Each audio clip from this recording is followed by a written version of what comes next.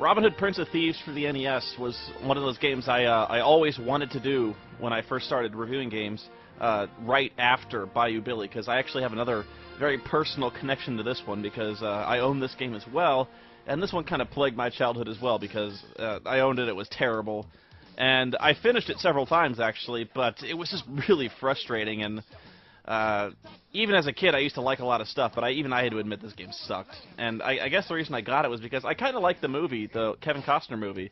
I even knew back then it had flaws, but I kind of liked the action. I dug Morgan Freeman, and I really liked Alan Rickman, who, even as a little kid, I loved Alan Rickman in Die Hard, Robin Hood. You can't get enough of that guy. He's always awesome. I got a lot of flack, actually, for calling British accents quote-unquote gay.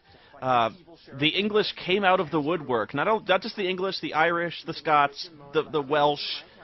Everybody in the United Kingdom and all around Europe came out to either nicely or not so nicely correct me that there is no such thing, actually, as a British accent.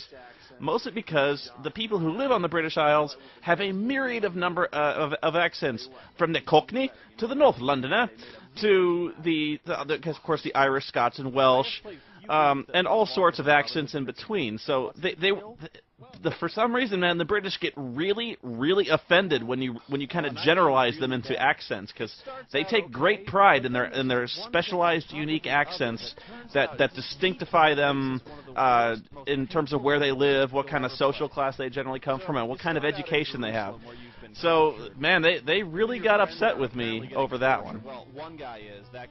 And I was kind of making a joke when I called the British accent gay. I wasn't being serious, because, of course, the really angry ones would immediately fire back and say something like, "Oh yeah, well, your American accent makes you sound like a bloody idiot." I'm like, well, yes, they do, although you're, of course, generalizing the American accent, which have several degrees of idiocy, from, you know, the deep Southerner to the Boston faux British accent type guy, to the Midwestern Minnesota nice type accent, you know, kind of the Sarah Palin, well, gosh golly darn, I can see Russia from my house type of accent.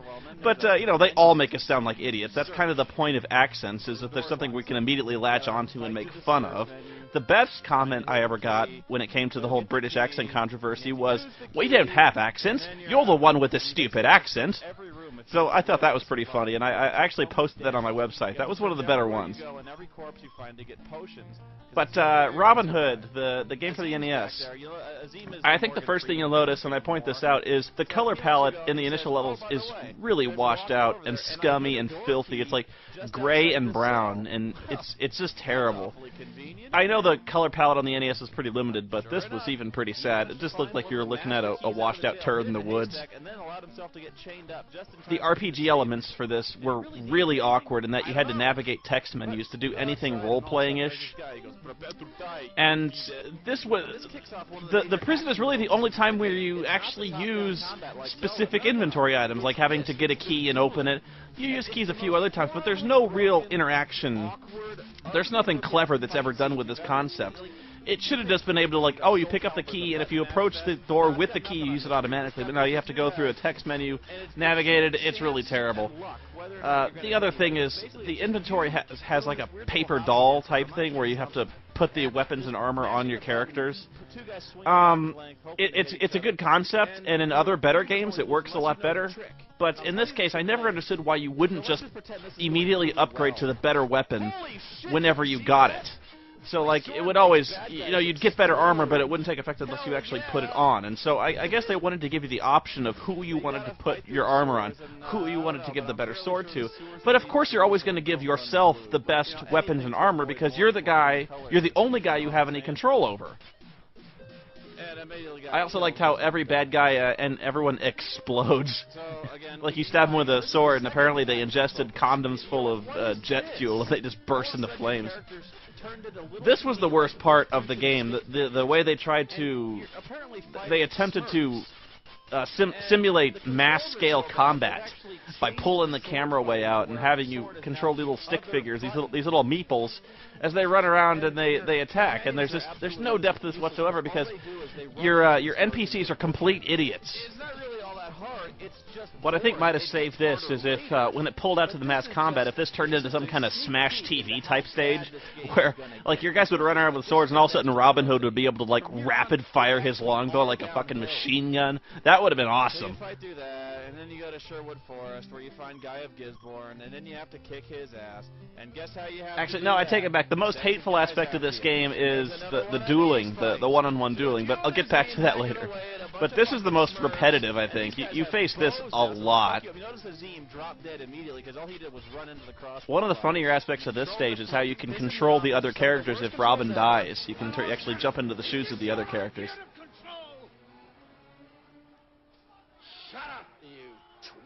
Gotta love the Rickman. But all the Smurfs, they just line up at a conga line and happily wade into your Swords of Fury, and you win. I seem to remember this game got a lot of coverage in Nintendo Power, too.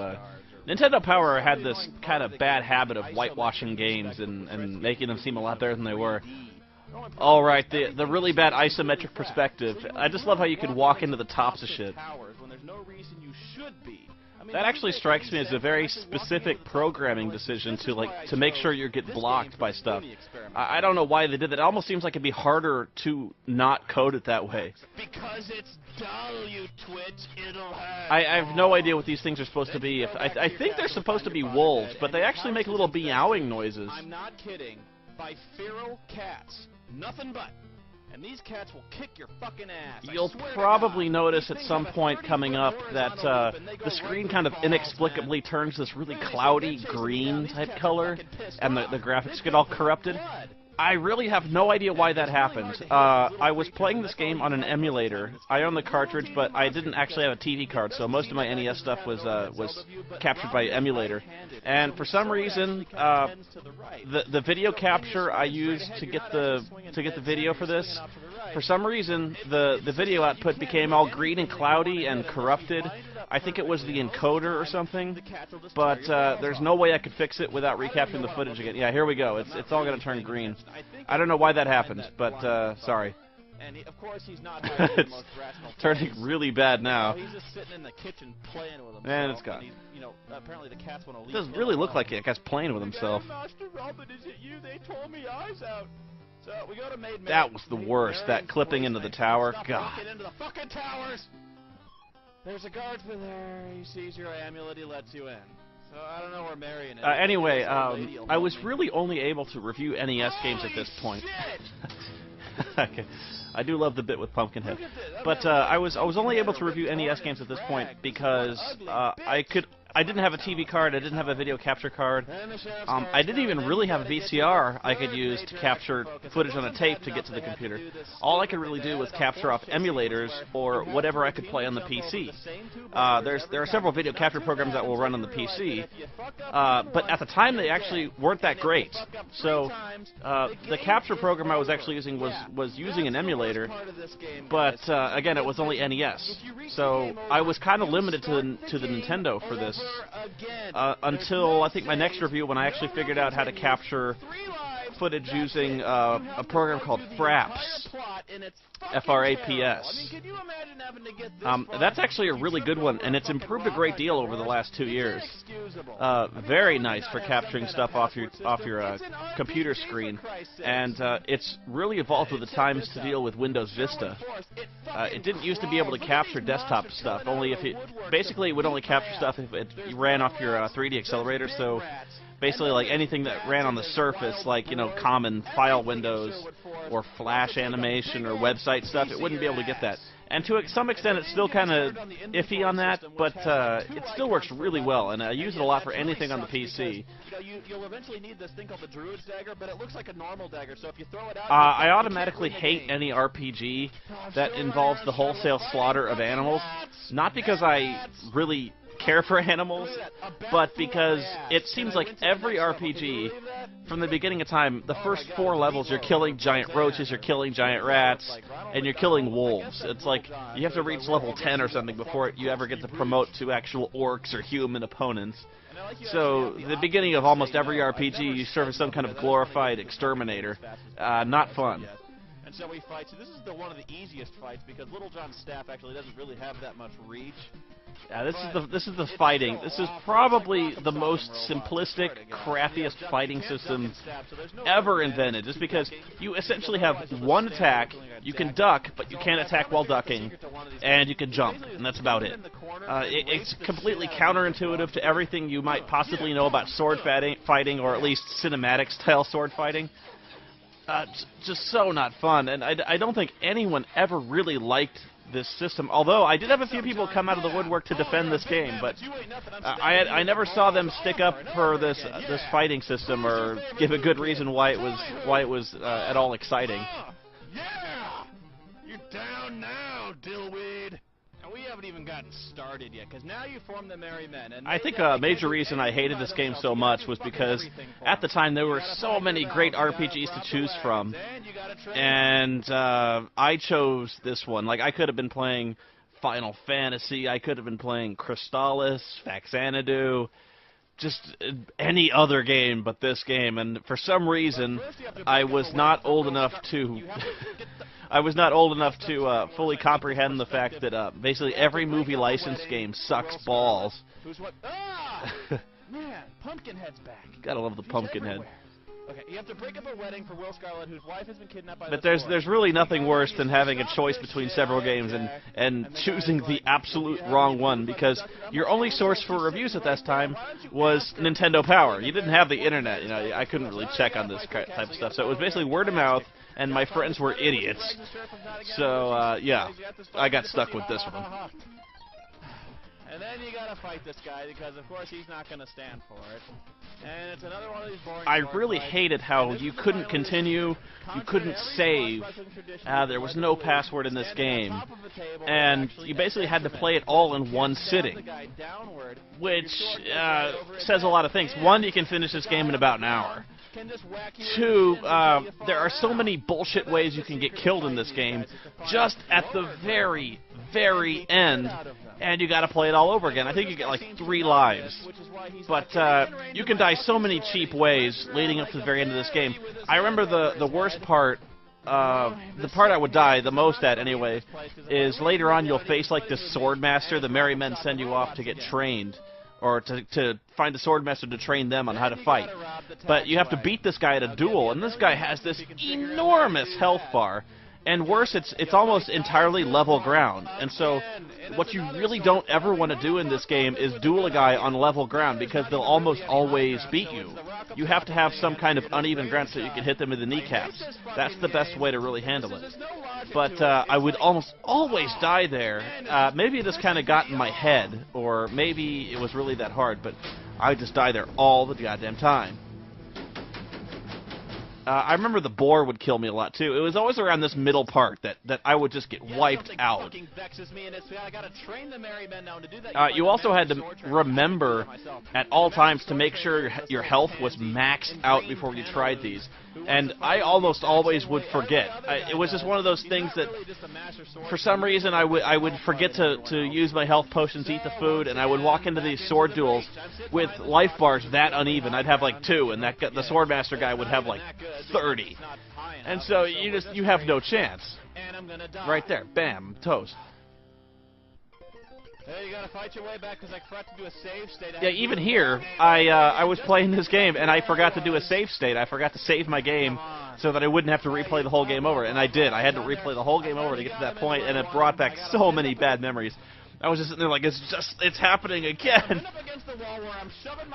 This is what you want to do. You got to give it to them hardcore. Bam. A giant wild boar for the Merry Men because they're too pussy to do it themselves. I taught you guys how to use a fucking bow. Here's where the game kind of loses the plot. You got to do all these little subquests, collecting taxes, fighting boars, really artificially decompressing the plot for this movie. Save Maid Marion? Nah, let's fight a giant boar. This is probably my favorite part of the whole review, because I really like using the Benny Hill music and using the Monty Python reference to kind of go through the castle invasion, because the last quarter of the game is almost all this stage, where you're fighting the Smurfs, you do the horse thing, you fight more Smurfs, more and more Smurfs. There's like 3 or 4 stages of the Smurfs. Here's a really bullshit way you could die, too. The horse chases. It was kind of like you know how characters chase each other in like a Hanna-Barbera cartoon where the background keeps repeating? It was easy enough, but if you flaked out, if you lost your focus for a second, one hit, you're dead, one of your lives is gone, and by this point you were probably on your last life. It's just a really cheap, bullshit way to die, and I hated it. This review took a long time to finish, too. Longer than you'd think, or longer than I would have thought. For some reason, I was using a friend's copy of, I think it was Adobe Premiere, to cut this together. And I don't know why, but for some reason, it did not like the footage that was output by the emulator, the stuff I used to capture the video. It really did not like any of the video I used from the movie. It didn't like the emulator. Basically, when I would put the footage together, it took basically 2 minutes for it to respond to mouse inputs. My computer was not slow either. It was a pretty good computer. But the movie footage just threw it for a loop. I don't know if the movies were that big. Like, I think it output AVIs. Or I don't know if it was just bad interactions with other types of movies. Like, I think I used a couple MPEGs. But the interaction between these movies made this such a chore to chop together. The program would crash most times. Took forever to put anything together. I basically couldn't preview this because it wouldn't play back. Like, I tried to play back the footage to try to review it. It wouldn't play.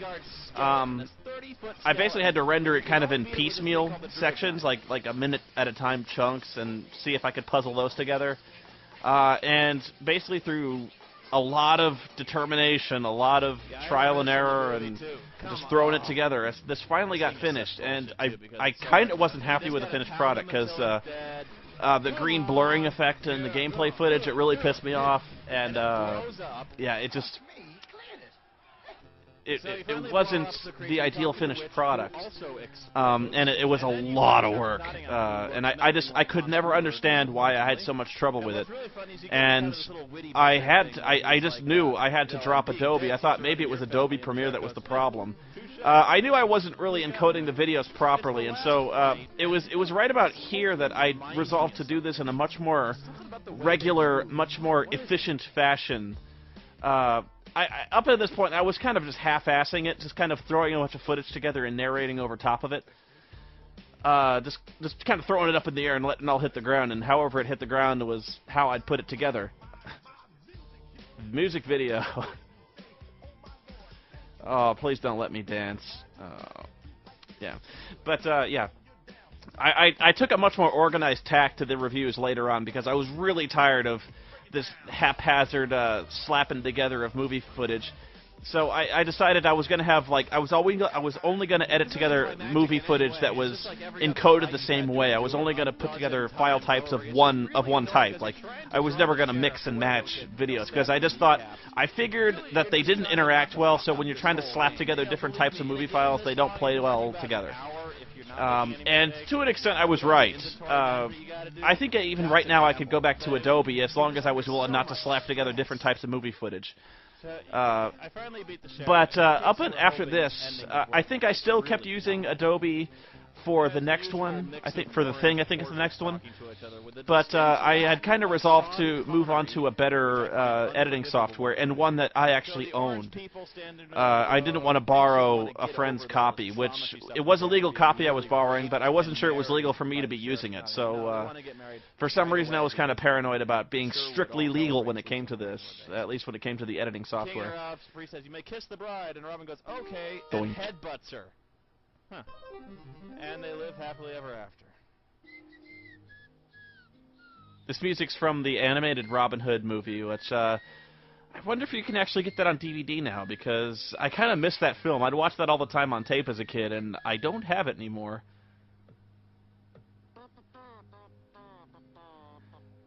Okay, I think the next review is probably a PC game, which is my first ever PC game. John Carpenter's The Thing, which is probably, a lot of people think that's one of my best reviews, and I can't really disagree with them. I really like that review.